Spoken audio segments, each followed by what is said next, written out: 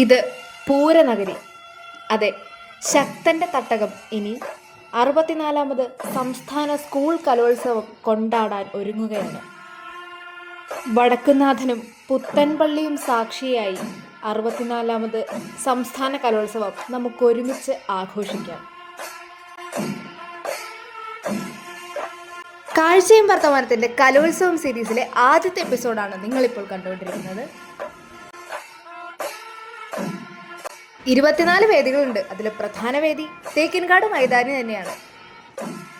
പാചകപ്പുര എന്തായി എന്ന് കാണണ്ടേ? 4000 പേർക്ക് ഒരേ സമയത്ത് ഊണ് കഴിക്കാനും ഭക്ഷണം കഴിക്കാനൊക്കെ പറ്റുന്ന ഒരു സജ്ജീകരണമാണ് തൃശ്ശൂർ ഒരുക്കിയിട്ടുള്ളത്. പാചകത്തിന്റെ പര്യായമായിട്ടുള്ള പഴയിടം മോഹന നമ്പൂതിരിയാണ് ഇത്തവണയും ഭക്ഷണം ഒരുക്കുന്നത്. ഇനി ഒരു 4 ദിവസം തൃശ്ശൂർ വല്ലാത്തൊരു പ്രതീതിയിലും പ്രകമ്പനത്തിലുമായിരിക്കും. കലാപ്രേമികളായിട്ടുള്ളവര് ഈ പ്രദക്ഷിണ വീഥികളിലൂടെ കടന്നു പോകും. കലോത്സവത്തിന്റെ വിശേഷങ്ങൾ നിങ്ങളിലേക്ക് എത്താൻ ചാനൽ സബ്സ്ക്രൈബ് ചെയ്യാൻ മറക്കണ്ട.